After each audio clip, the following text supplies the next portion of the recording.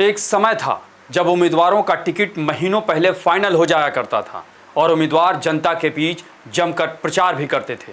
लेकिन आज के इंस्टेंट हो चले ज़माने में जिस तरह 2 मिनट में मैगी और कॉफ़ी बन जाते हैं, लगता है कि सियासत भी उसी तरह इंस्टेंट हो चली है। तभी तो पर्चा भरने से कुछ घंटे पहले तब तक उम्मीदवारों को टिकट बांटा जाता है। और तो और तमाम उम्मीदवार ऐसे भी हैं जो इतने कम समय में भी टिकट पाकर चुनाव जीत जा रहे हैं। और इस बार महाराष्ट्र के सियासी महारण के तो कहने ही कहा। नमस्कार, मैं अभय राय। वैसे महाराष्ट्र में पहले भी लोकसभा और विधानसभा के चुनाव होते रहे हैं, लेकिन इस बार तो महाराष्ट्र की राजनीति में जैसे सब कुछ अजब गजब। जरा सोचिए, नामांकन के लिए अब 24 घंटे से भी कम का वक्त बचा है और गठबंधन चाहे विपक्षी महाविकास अघाड़ी हो या सत्ता पक्ष वाली महायुति, हर जगह सीट शेयरिंग को लेकर मारामारी है। और महाविकास अघाड़ी तो जैसे टूट के कगार पर ही पहुंच गई हो। 85 सीटों से मामला आगे ही नहीं बढ़ पा रहा है। समाजवादी पार्टी ने तो पहले से ही ताल ठोक रखी है, जबकि कांग्रेस और उद्धव ठाकरे गुट वाली शिवसेना में तो एक दूसरे को पछाड़ देने की जैसे होड़ लगी हो। वहीं इस बार परिवार के खिलाफ परिवार के सदस्य या फिर किसी करीबी को चुनाव लड़ाने से भी कोई परहेज नहीं दिख रहा है। बारामती सीट पर एक तरफ जहां चाचा भतीजे यानी अजीत पवार के खिलाफ उनके भतीजे युगेंद्र पवार चुनाव लड़ रहे हैं और युगेंद्र एनसीपी शरद पवार गुट के प्रत्याशी हैं और आज ही दोनों ने पर्चा भी भरा है और ताल ठोकी।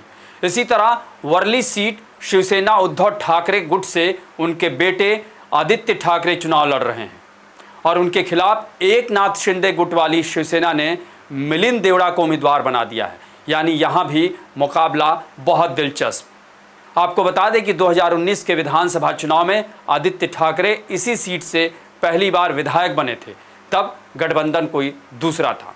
वहीं अगर बात करें राज ठाकरे की, तो उनके बेटे अमित ठाकरे पहली बार एमएनएस की टिकट पर माहिम सीट से चुनाव लड़ रहे हैं और आज उन्होंने भी पर्चा भरा।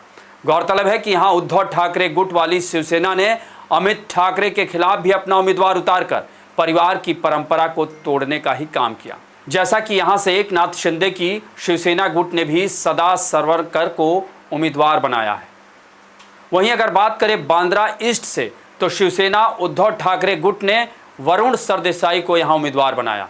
वरुण उद्धव ठाकरे के रिश्तेदार हैं। वरुण के खिलाफ अजीत पवार गुट ने जिशान सिद्दीकी को चुनावी मैदान में उतार दिया। आपको बता दें कि जिशान सिद्दीकी ने हाल ही में एनसीपी का दामन थामा और वो बाबा सिद्दीकी के बेटे हैं। वहीं छगन भुजबल के भतीजे समीर भुजबल ने भी एनसीपी छोड़कर अपने चाचा के खिलाफ ही बगावत कर दी है। वैसे देखा जाए तो तमाम दिग्गजों ने पर्चा भरकर भी अपनी शक्ति का आज प्रदर्शन किया, जिसमें असली शिवसेना गुट के प्रमुख और मुख्यमंत्री एकनाथ शिंदे शामिल रहे, जिन्होंने कोपरी पाचपाखाड़ी सीट से नामांकन किया। वहीं अगर बात करें सपा नेता अबू आजमी की, तो उन्होंने मानखुर्द शिवाजी नगर से नामांकन किया। वैसे देखा जाए तो इस बार महाराष्ट्र के चुनाव में परिवार हो या पार्टियां, तमाम परिपाटियां टूटती नजर आ रही हैं। कोई भी किसी को बख्शने के मूड में नहीं दिख रहा है। अगर किसी को कोई टिकट नहीं दे रहा है तो वो एकदम बेरहमी से पार्टी का साथ छोड़कर कहीं और से टिकट के जुगाड़ में लग जा रहा है। यानी कुल मिलाकर महाराष्ट्र का विधानसभा चुनाव इस बार काफ़ी दिलचस्प तो है ही, और आगे ये भविष्य की राजनीति का भी खाका खींचता लगता है। आपको हमारी ये रिपोर्ट कैसी लगी उसे कमेंट बॉक्स में ज़रूर बताएं और अन्य खबरों से अपडेट रहने के लिए बने रहें हमारे साथ, क्योंकि हम हैं बुलंद भारत टीवी, ताकत आपकी।